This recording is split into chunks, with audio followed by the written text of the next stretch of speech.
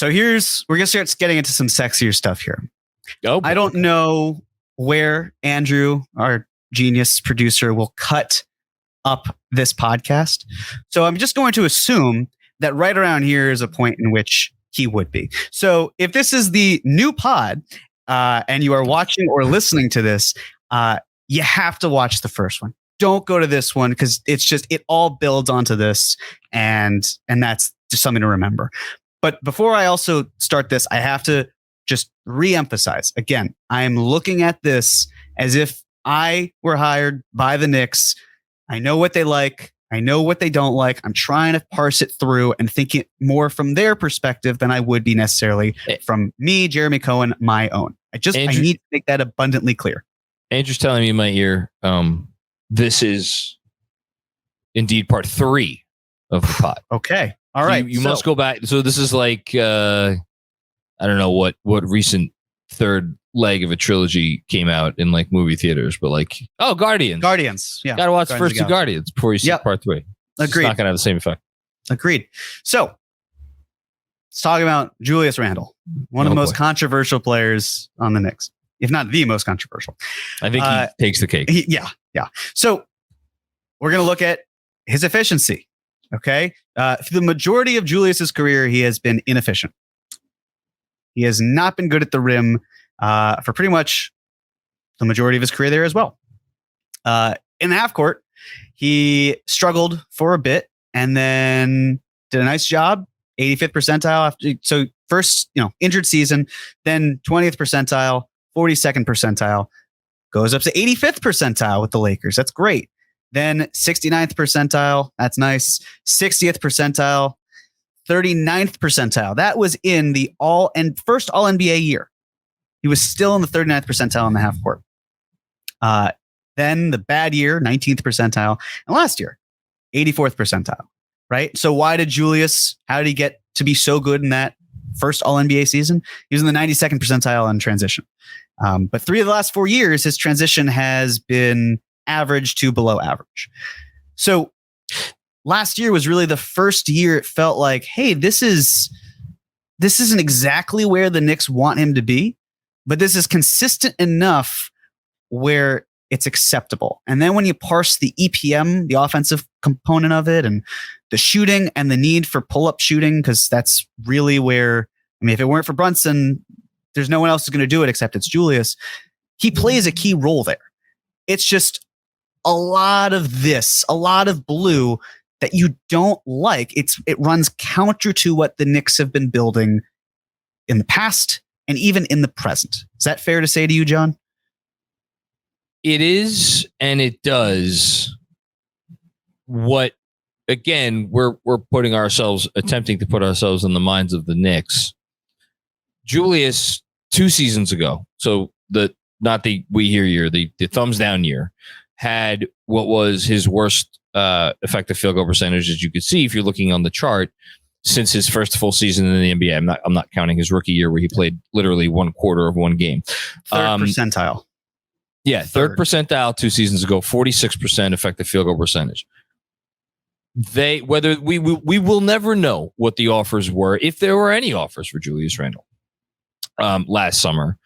But we do know that the Knicks ultimately decided to the extent it was their decision, bring him back with the assumption that if we think that giving this guy his best point guard since that he's ever had, just in terms of more of a true point guard, I don't want to besmirch Drew Holiday. Drew Holiday was very good, but giving him a point guard, it would raise the stakes.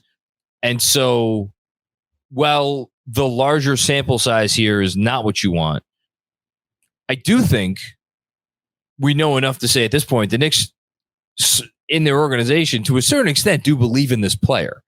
To some extent. We don't really know what that extent is. Maybe it was they fell ass backwards into, this is the guy we have on our roster. Let's see if we can make it work. They made it work for a year. Then it didn't work, and now it worked again because they added talent to him.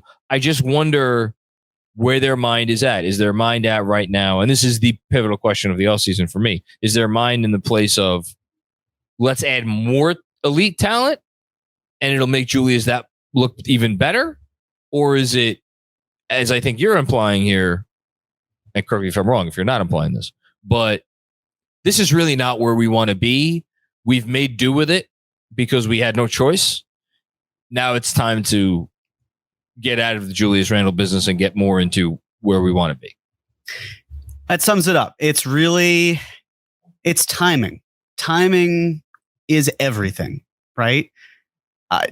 I've said this in our KFS faculty chat. I've felt this for a while. I haven't publicly talked about it, and we're going to keep going through this. But for me, Julius Randle has really always represented the DeMar DeRozan type for the Raptors, where he is the guy before the guy. And when we're ready to go get the guy, we're going to help use him, his money, his value, and any other assets, obviously, that we would have at our disposal to level up.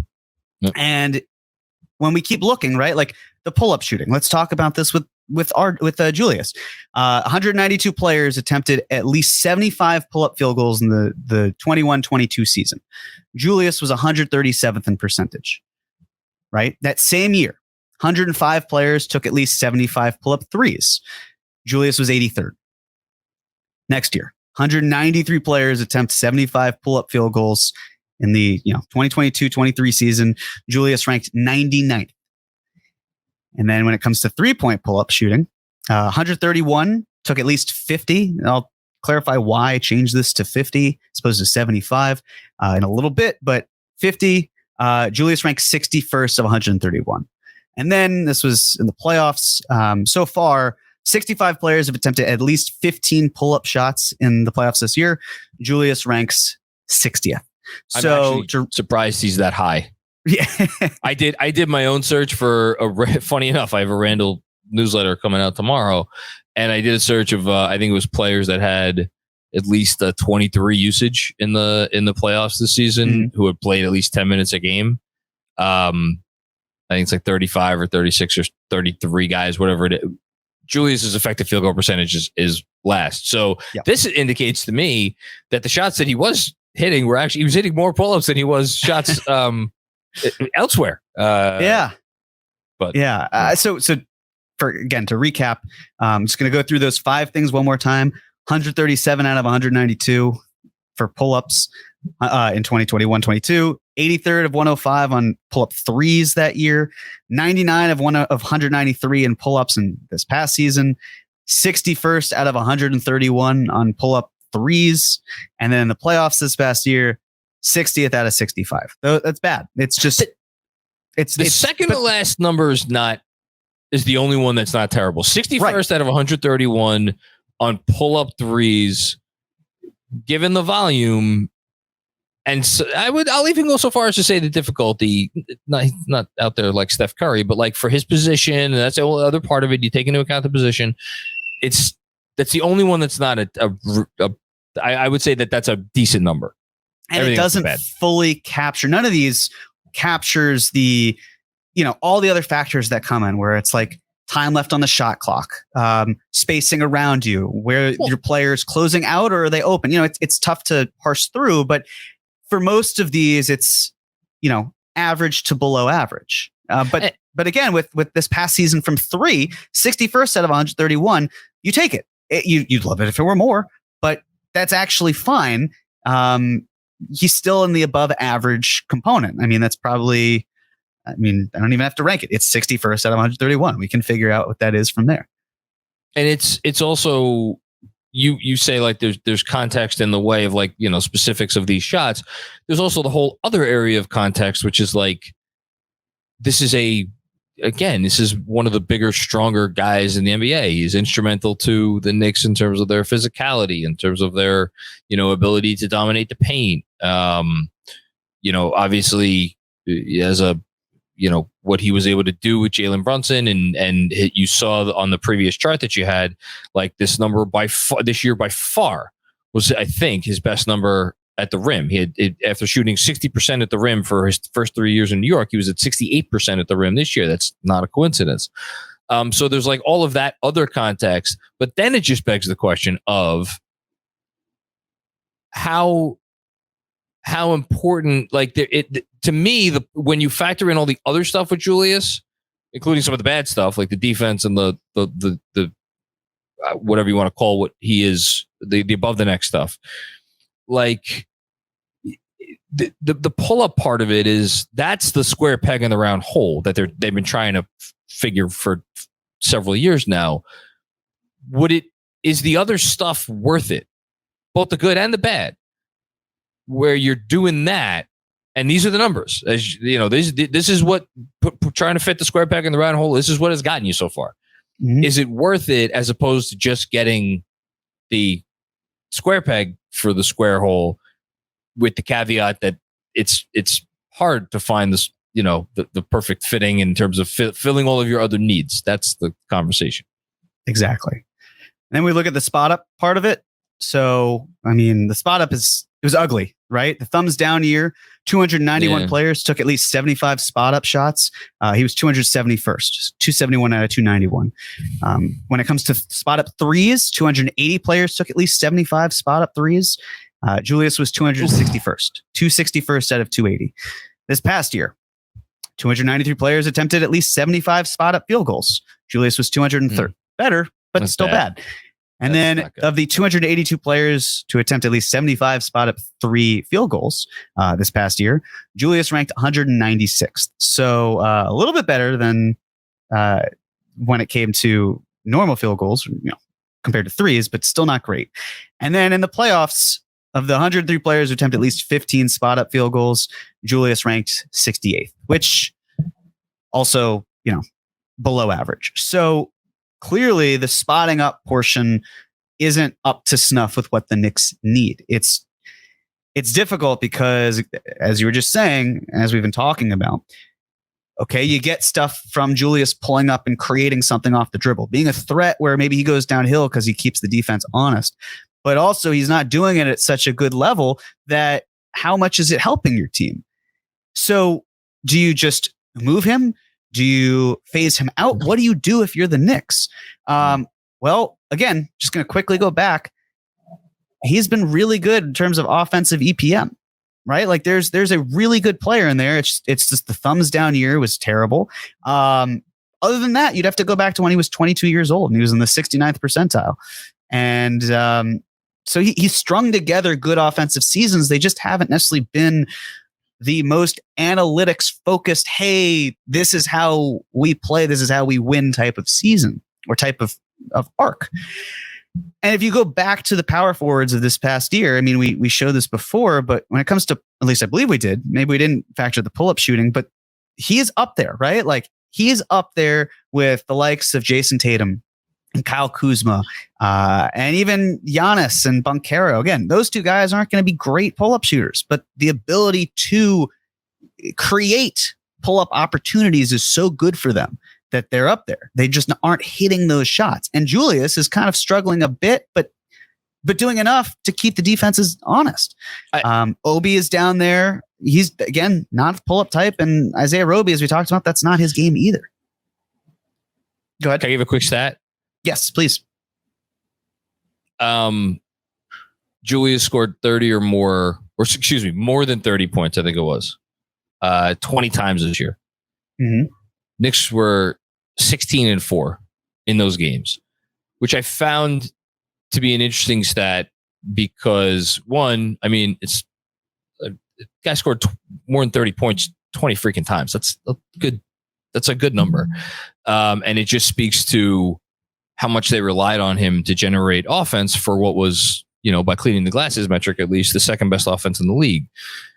And again, it's like, you don't want to poo-poo that. But it also spoke to, like, this is a guy that his big games were not empty calorie games, you know, like they won when he was on, but when he was off, it's, you know, it could be a different story. I think that downside, especially now that we have 2 postseasons in the bank where it's like he's off way more than he's on. That's the tough part of the conversation. It is. I agree. And it's how do you how do you reckon with the fact that he had such a great regular season, but now it's okay, well, what about the playoffs, right? The playoffs were a disappointment. Playoffs are what matters. And it's true, but how do you parse out everything, right? What sample size matters more to the front office? What sample size doesn't matter? Well, I mean, it all matters, but like, to what degrees do they matter? Yeah. And when you look at power forwards, 28 or under in 2021. Why am I saying 28 or under in 2021? We'll get to that. I promise you, it will be apparent.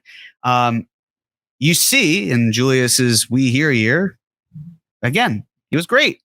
We showed this before, but this is just zooming in on younger players. Obi needed work and Roby was, whatever. And then the next year, Julius plays poorly and Obi plays well and Roby is whatever. Again, doesn't really have an impact there. And then finally, the last year, this past season, power forwards aged 30 or under, Julius has just had a phenomenal year, phenomenal regular season. Obi had a really nice regular season, but again, it doesn't fully capture the poor shooting or some of the other things, like the struggle in defense. And I mean, we're not really looking at defense here anyway, but the point I'm getting at is Julius did bounce back. There is something there, and it seems that this can be consistent with Jalen Brunson at the helm with him. So what are the Knicks doing? And what are they doing with Obi Toppin, if anything? That remains the next question, right? But let's look at in-season trades, what the Knicks have done. They moved Dennis Smith Jr. and a second-round pick for Derrick Rose. They moved Kevin Knox and the protected Charlotte first-round pick for Cam Reddish and Solomon Hill. They waived Solomon Hill. And then they moved Cam Reddish, Svi Mykhailiuk, Ryan Arcidiacono, and their own first-round pick protected for Josh Hart. So every single move here is taking someone or things out of the rotation for a win-now high-impact player. At least that was the intention, right? Cam Reddish didn't represent that, but then they turned him into something that then became Josh Hart, who was a highly impactful player. And when you look at the offseason, the Knicks haven't done a ton in terms of significant moves. They've had draft deals, right? 2020, traded up and down, then out. 2021, traded out and down again. 2022, traded out, traded in, then traded out again. They moved Burks, Noel, and Walker out so they could create space for Brunson and Hartenstein. The bottom line here is the Knicks upgrade. They do not downgrade. They will take quality over quantity seemingly 10 times out of 10, but obviously there are exceptions there. So if you're the Knicks, you absolutely should move Julius Randle, but you have to find someone who you view as vastly better. And the reason for that is because the Knicks will continue this pattern of we're at this spot and we want to keep building, but we will not take a step back in order to get there. So am I in favor of moving Julius Randle? Absolutely. Yes. It all depends as well on what comes back. Because if you don't have the right thing coming back, it impacts everything, right? I'd love for the fact that, like, hey, maybe you move him and you get something back, you work it out, like, but it has to be worthwhile. And I get the mystery box and the way this team is drafted, like if they were able to move Julius for picks and everything, but it's not moving them in that way, right? We can argue that's not the right move. It is right, whatever it is, but they're not going to do isn't what they're doing. Correct. They will not do the sort of trade that you just detailed, where it's like, okay, let's get this really good role player and a pick or a couple of picks maybe, and no, they're not doing it. No, they're just not going to, unless there's another trade that they have in the works where. But again, it's like that's part of a larger master plan and you never know. But no. Right. So that's that. That's the way I see it with Julius. So we have to move on, right? Moving on to the next person, next player up. Yeah. I do you have any thoughts to add? Again, I have a shameless plug for Tuesday's Knicks Film School newsletter in which I have some thoughts on maybe one possible Julius Randle trade construction thing that and then spoiler alert, I think we're all going to be sitting here watching Julius Randle on the Knicks for a 5th straight year next season. In fact, I'd be borderline shocked if we were not. I would agree. So as we continue, and again, I'm going to say the exact same thing I said before with Julius Randle. I don't know if we're going to make a cut here in terms of a new pod or not, but if you are coming back to this for the first time, I am talking about these players as objectively in the view as a client. We're working with a client in terms of how they are operating, what they like, what they don't, going from there. So let's talk about RJ Barrett, right? And let's talk about RJ Barrett specifically through the lens of everything we have just discussed with these players and what the Knicks front office likes, what they don't. Let's talk about the field goal percentage, specifically really the effective field goal percentage. It's bad. The best year was the second year when RJ had his best season. That second year, he was in the 35th percentile among wings. Outside of that, he has not finished above the 18th percentile in effective field goal percentage. At the rim, he has not finished higher than the 24th percentile among wings his entire career. In the half court, 59th percentile his rookie year, followed by 34th percentile, followed by 29th percentile, followed by 39th percentile. And in transition, rookie year, 41st percentile, 82nd percentile his second season, follow that up with 11th percentile and 46th percentile in transition. It's rough. It's rough stuff. It's just the numbers say that, and they're true. And when you scope out, right, zoom out a little bit, look at RJ's shooting. And if you look at his shooting for efficiency at the rim, mid-range, and through three, it's cleaning the glass, and it's a sea of blue. It's actually, it's an ocean of blue. And the bright spots it's here, just the ocean. It's right. The bright spots here. Second season, he was phenomenal from three, 79th percentile among wings in that second season. Non-corner threes, 60th percentile, and corner threes, 61st percentile. Great stuff. That's important. The issue is it starts to feel like that is the outlier. And then there's one bright orange spot, and that was in these playoffs. It was when he was in the 93rd percentile among wings at the long mid-range game, 60%. Yeah. Well, that 60% was 3 out of 5. That's a really small sample size to work with. And I think he was fantastic in the Cleveland series. The Miami series, he had some bright spots. Obviously, he was like 55, 56% true shooting percentage, which is really good. At the rim, or I guess I should say efficiency-wise, though, it cleaning the glass, sorting out garbage time, and all these other features that are relevant, he still finished 26th percentile among wings doing all of that, right? The rim percentage, the rim percentile, 19th percentile in the playoffs. Like, it's just from three, he wasn't really hitting his threes, right? He had 33% from all three, which is still below average, and that's 35th percentile among these wings. So it's just difficult to work with. We could just sum it up pretty like I think if you're the biggest RJ fan in the world, or you're the biggest RJ hater in the world, which I know a lot of people think I am, you could not help but come away from these playoffs impressed. Like the eye test, just watching him go about his business in comparison to the regular season, and just be like, this is a much better player. This is a fundamentally different player, a player who has figured out some things, is doing some things, whether he figured them out or not, but he was doing things and operating in such a way that we did not see during the regular season. And yet, the numbers, as Jeremy, it's again, they're numbers. They can't lie. They're incapable of lying. They don't have mouths or brains. They're just numbers. The numbers say that he was a slightly better player, efficiency-wise, in the postseason, the regular season. And of course, the response to that is, well, yeah, because he had that terrible last game against Miami, and he had the terrible start in the first two games against Cleveland, and he had that one other bad game. Okay, well, you add it all up. It all counts.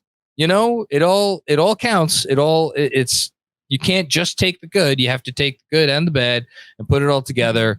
And this is not to say that he was not much better in the postseason, but I have seen this notion out there since the playoffs that because of what RJ did over those for roughly 1 month, that now all of a sudden the notion of trading him is suddenly insanity because of what he did. Well, the numbers would say that no, it's not insanity, and that perhaps it would be an opportunity for the Knicks to take an asset which had depreciated, I would argue significantly in value, but still had some value over the course of the regular season, and use the last month that he played as an opportunity to perhaps sell higher than you otherwise would have. That is an argument. I'm not saying I am making that argument. That is an argument that, again, the numbers would seem to back up. That's all. Yeah, and I'm glad you did bring up the good, right? Because as we've been saying, the RJ performances overall in the playoffs, it was proof of concept. It's important. He started to see the game differently. It's just, okay, well, again, how do 11 games match up with all of this? And again, context is so important here, right? Because think of the administrations he's had and all the, I'm struggling to see how this front office can continue to add efficient players around him, and at what point, and shooting, right? Because really the main issue with shooting is we could talk about Julius, but he's still, all things considered, did a decent enough job. Mitch is a non-shooting big. At what point are you saying, okay, we're going to keep building around a non-spacing wing who there's room to grow? He's 22 years old. We can do things with this. But at what point do you then say, well, what if we actually swapped him out or not? But before I talk anything about that, I just want to keep going and just talking about the Knicks again with the EPM, right? Going down the list. RJ was in the 48th percentile last year, 64th percentile on offense, 29th percentile on defense. I mean, look, I'm not saying you remove him and suddenly the defense is incredibly better, but also it's a struggle because the numbers would actually indicate say exactly what you just said. Right. Not that you're not saying if you remove him, everything gets much better. That is, again, what the numbers said during this regular season, to be very clear. And those numbers are undeniable. Right. And EPM doesn't capture the playoffs because it's a small sample size. And that's then the challenge of weighing these things again. But if we keep going, right? So we talk about pull-up shooting, true shooting percentage once again. You know, you look at this Knicks guards and wings, at least 400 minutes played. And you talk about how the players like Jalen Brunson and Emmanuel Quickley rise towards the top of their great pull-up shooters, and they're really efficient. And then you got your other players like Grimes and Hart and even Bullock, as we talked about, where they're not pulling up, but they are super high up on the true shooting percentage, right? They're very efficient. And then you look at this box that I've built, and it contains RJ, and it's someone who is able to create pull-up shooting opportunities, but he's not able to hit them, and he's not able to be an efficient player. And then when you look at it again, but this time you talk about the defensive component, and it's true shooting versus the defense. You've got Josh Hart, tippy top. You want to be right where Josh Hart is in the top right. You got Quentin Grimes not too far from there in both of his seasons. And then skewing towards the bottom left corner where you don't want to be in, where it's a lower true shooting percentage and your defense is not grading out well.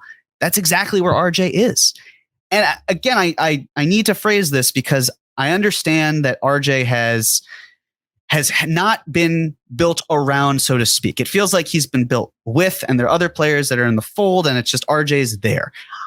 RJ's been hampered. I believe there is still, right? Like I'm not saying he's a terrible player. I'm just saying that he's struggled in terms of what the Knicks are conceiving right now, and the Knicks aren't the only way to build a basketball team. So if you're RJ and you're not being efficient and the defense is not great there, and your offense isn't as good as you need to be, where does it leave you? So when you look now in terms of, okay, we've understood that pull-up shooting is really important and drives are important. Let's look at these really 2s and 3s under 29 years old in 2022 and figure out where they plot out. So you've got this top box that you really want to be in, the best pull-up shooters and the guys who drive, the Donovan Mitchell type, so to speak, are in that box. And then including Donovan Mitchell himself. Including Donovan himself. Yes, exactly. And then you look over a little bit, right? And the drive and, fascinatingly enough, pull-up talent. Josh Hart. That year, he was taking pull-up threes. And Evan Fournier is right near him. Someone who likes to drive and pull up. And then if you scroll down, you look and you see RJ, great at driving, but not good in terms of the three-point pull-up. And that empty box over there, that would be in the bottom left. That's where Quentin Grimes would be if he qualified, but he didn't qualify. That's 2022. This past year, 2s and 3s under the age of 30 in 2023. You still want to be in that box. That's what we call the Donovan Mitchell box. Quentin Grimes is not in that box, right? He's certainly well below it. He didn't drive a lot and he still didn't pull up much. But that's fine because, again, he's got the defense to back him up.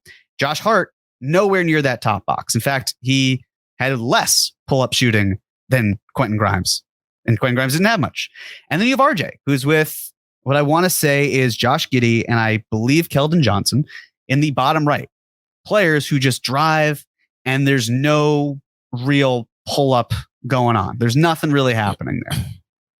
So how do you reckon with that? Is it that essential for RJ to be away from that top right box? And then when you look at the defensive part of it, 2022, once again, Josh Hart, he's in that top right box. It's no longer the Donovan Mitchell box, though. Why? Because it's pull-up shooting and it's defense. It's D. LeBron coming back again, right? Good old B-ball index. D. LeBron right there. And Josh Hart was one of the best defenders and one of the best at creating three-point pull-up opportunities. That's now really more the Jason Tatum box. The invisible box, where it's not much pull-up talent from three, but it is defense, it's Quentin Grimes. And then towards the bottom left, where you don't want to be, RJ Barrett. Not great defensively, in fact, bad defensively, and not good in terms of creating these pull-up opportunities from three. And then we fast forward to this past season. The Donovan Mitchell box is now once again the Donovan Mitchell box. It's also shared by Derek White and Victor Oladipo. In the bottom right, from the defensive standpoint, Josh Hart's there, right? He's always probably going to be there. That's how good of a defender he is. Yeah. Quentin Grimes has now shifted over. He's now gotten further into the defensive end, right? If you can't be top right, it's cool being bottom right. And then even further into the bottom left corner is RJ Barrett. And we have to talk about the pull-up shooting. So, do we really? We do. We have That's unfortunate. Yes, it is. For RJ Barrett, of the 192 players to attempt 75 pull-up field goals in the 21-22 season, RJ ranked 181st. Of the 105 players to attempt at least 75 pull-up threes that year, RJ ranked 104th. So to recap, that season, RJ was 181 of 192 and 104 of 105. Of the 193 players to attempt at least 75 pull-up field goals this past season, RJ ranked 193rd. That's dead last. And of the 131 players to attempt at least 50 pull-up threes this past season, RJ ranked 131st. Dead last. Now you may be wondering, why do I keep using 50 and not 75? Why did I use 50 for pull-up shooting for Randall and not 75? Why am I doing it again? I can't do 75 as a filter because RJ Barrett kept missing so many pull-up threes that he stopped taking them. I was about to say, I didn't even think he took 50 pull-up threes this year, but I'll take your word for it. Yeah. Yeah. And so that's why I had to skew that number. I would have loved to have kept it at 75 consistently, but RJ realized I can't hit these shots. I'm not going to keep taking them. And then of the 65 players in the playoffs to attempt 15 pull-up field goals, RJ ranked 62nd. For context, Julius ranked 60th.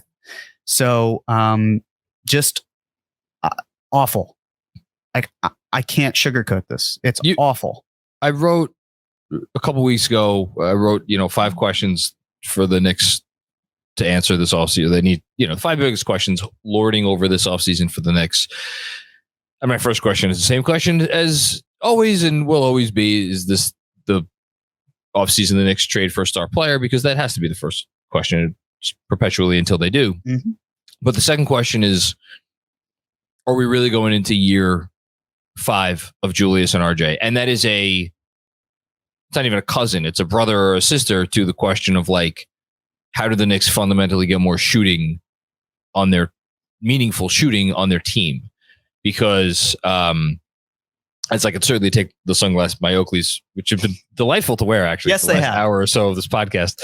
I could take them off because these numbers do not necessarily require a pair of shades. Like,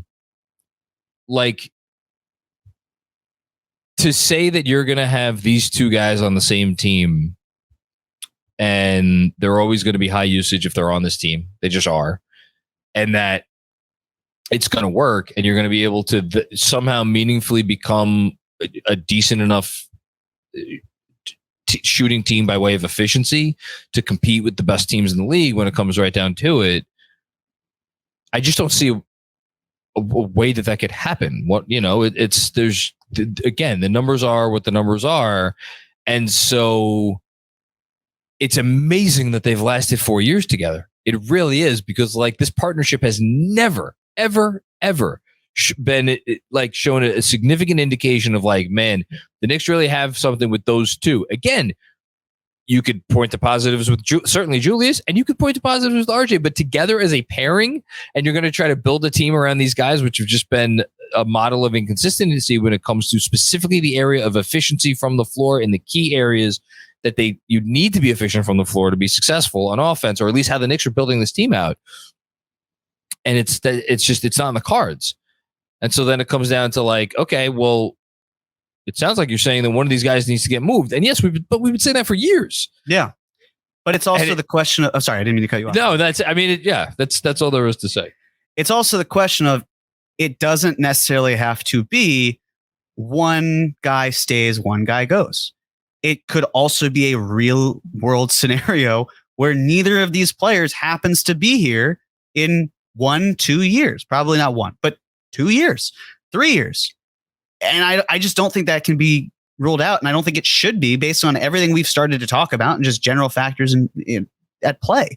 And then when you look at the spot up shooting, okay, of the 291 players take 75 spot ups in the 21-22 season, RJ was 209th. That same year, if you're looking at 3-point field goals for 75 spot ups, 280 did it, right? And RJ was 205th. 293 players attempted at least 75 spot ups. This past season, RJ was 248th. Of the 282 players to attempt at least 75 spot ups from 3 this past year, RJ ranked 239th. And then in the playoffs, of the 103 who took at least 15 spot up field goals, RJ ranked 53rd.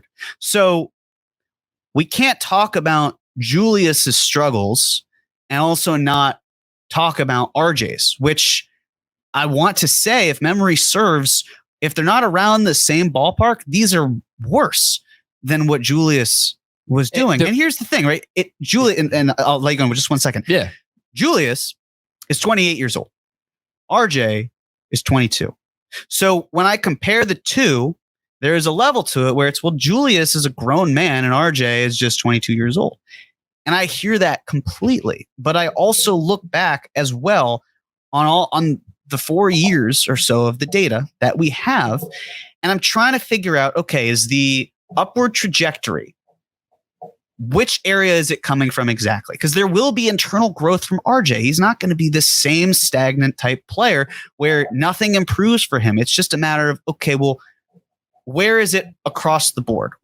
How is it fundamentally changing? And Julius was able to transform into most improved player, all NBA second team, down season, all NBA third team. I don't want to say RJ Barrett can never be that type of player. It's just, if we talk about how uncommon Julius's arc was, it doesn't mean that RJ's won't happen. It just means it's really tough to go from where he's been at to where he could be to where even like Julius is. It's challenging when shooting is so much of an emphasis for our client, the New York Knicks. Our client, I love that part. That's what we're going for here. I was just going to throw in the spot up part. The numbers are worse, and for 1 and 2, the spot up numbers this year are what really killed them because they needed him to be reliable. Julius got some spot up attempts for sure, But like those spot up numbers that RJ got, like so many of those were just so open. And it's because whether it was Brunson or whether it was Randall or, you know, someone's, or whether it was like a Mitch offensive rebound, like they're good looks, you know, and they're good looks, and whoever's going to play, and if you're going to play 30 to 35 minutes a night for this team moving forward, like that has to become a more reliable thing. Now the playoff numbers are more encouraging, that he was 53rd out of 103. And again, I think all things being equal, if you're asking me who would I trade this summer if I could get equal value for both, Julius Randle, RJ Barrett, I would think about it a little bit, but I am inclined to say that I would trade Julius Randle for the reasons that you just spoke about the growth curve and all that. I don't necessarily think it will be that easy.